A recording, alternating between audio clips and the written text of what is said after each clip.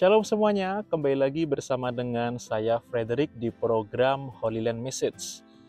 Holy Land Message adalah program renungan Kristen berisi pesan-pesan firman Tuhan yang dibuat langsung di Tanah Suci.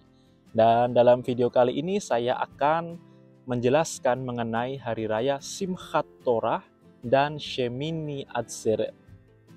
Yang pertama kita bahas adalah Simchat Torah. Simchat dari kata semeach yang artinya bersukaria, bersukacita, dan Torah artinya adalah Taurat atau firman Allah.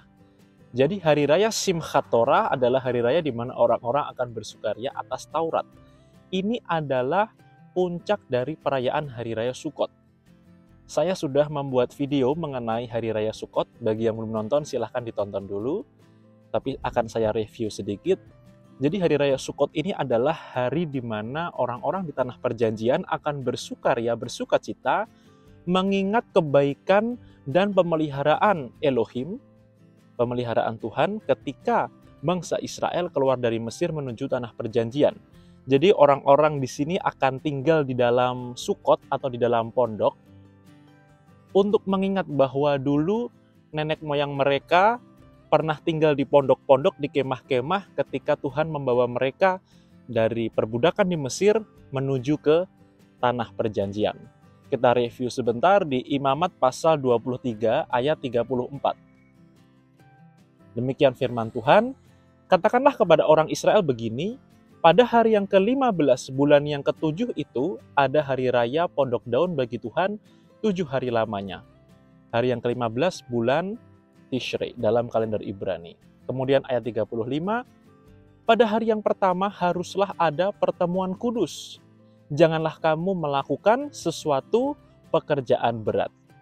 Nah, poinnya ada di ayat 36. 7 hari lamanya kamu harus mempersembahkan korban api-apian kepada Tuhan, dan pada hari yang ke-8 kamu harus mengadakan pertemuan kudus dan mempersembahkan korban api-apian kepada Tuhan. Itulah hari raya perkumpulan. Janganlah kamu melakukan sesuatu pekerjaan berat.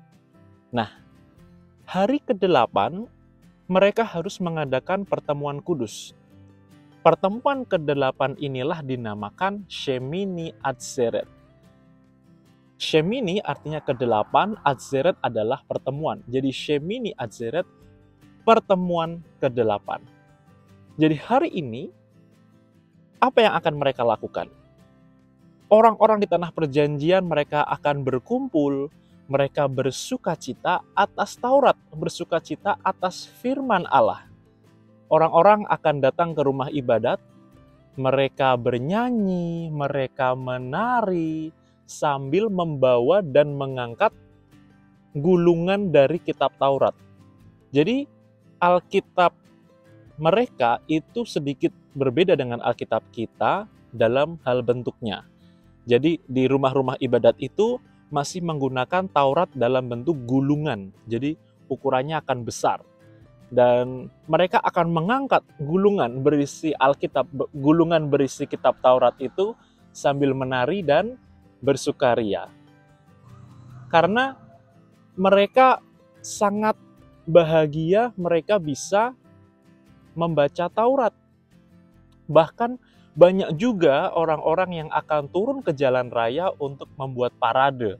Jadi mereka akan membawa gulungan kitab Taurat itu dan menari-nari di jalan raya. Bahkan anak-anak kecil mereka juga akan diberi gulungan-gulungan Taurat dengan ukuran yang lebih kecil. Jadi mereka sejak kecil dididik untuk cinta akan Taurat. Nah, ini adalah salah satu poin yang harus kita tiru sebagai orang Kristen di Indonesia, terutama untuk orang-orang tua.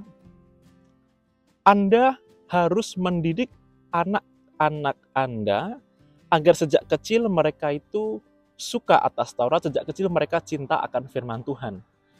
Karena orang-orang yang sejak kecil mencintai firman Allah, mencintai hukum-hukum Allah, maka ketika dia dewasa, ketika dia menjadi besar, maka dia akan menjadi orang yang takut akan Allah dan hidupnya akan berbeda dari orang-orang yang ada di dunia ini.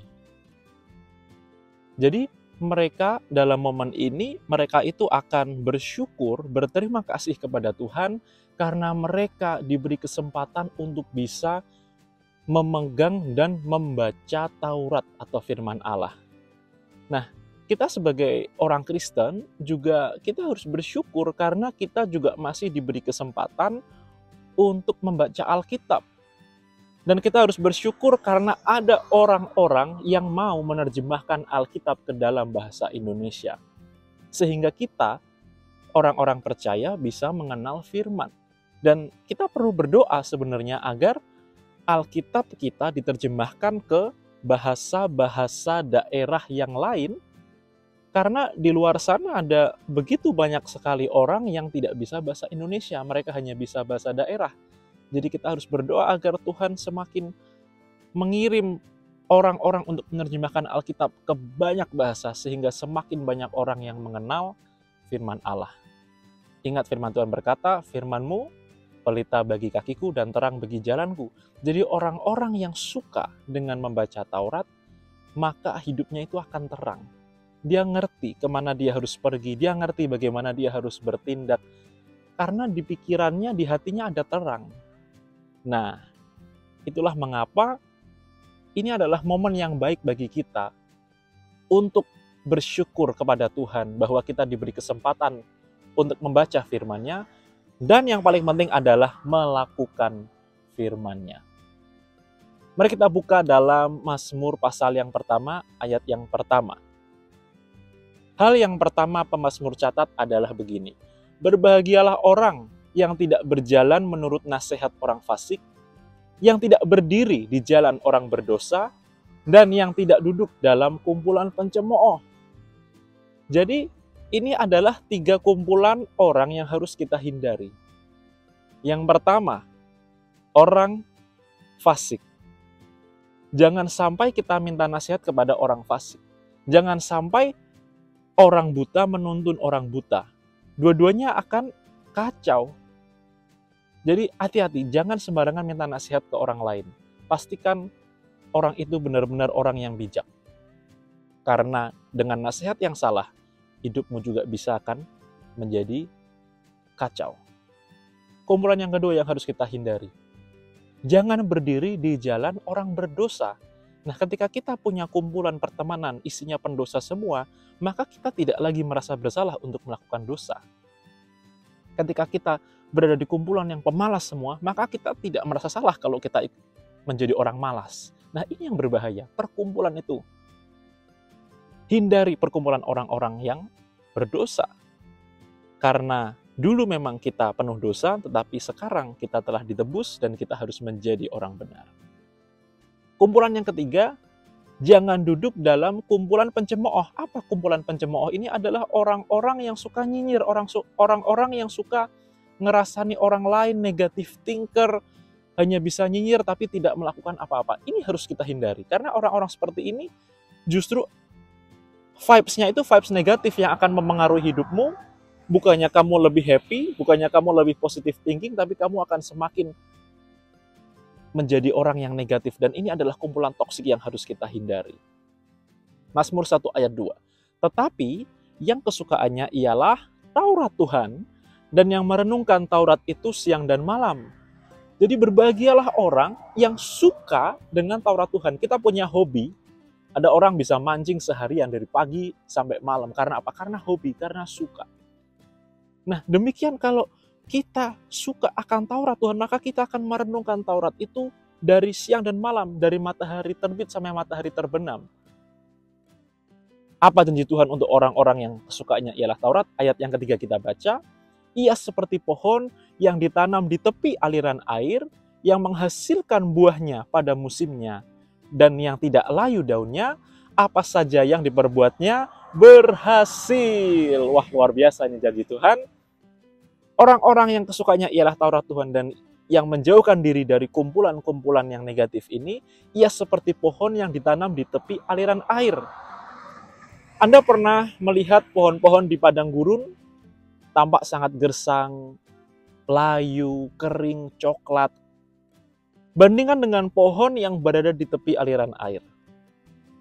Besar, daunnya hijau, tumbuh lebat, bahkan berbuah.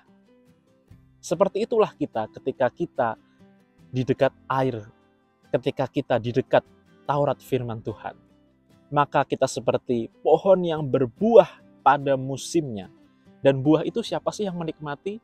Buah itu yang menikmati, yang menilai orang lain.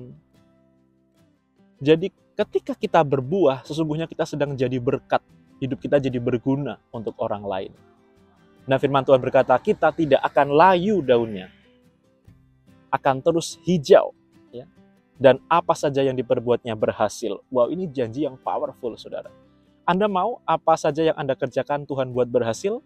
Anda mau jualan minyak goreng, mau jualan gula pasir, Anda mau jualan mebel, Anda bisa laris manis kewalahan dengan berkat Tuhan, sampai Anda menolak orderan, mau jual makanan, mau di profesi pendidikan, pegawai negeri, Anda mencapai karir tertinggi di perusahaan swasta, Anda mau apa saja yang Anda perbuat berhasil, rahasianya hanya satu.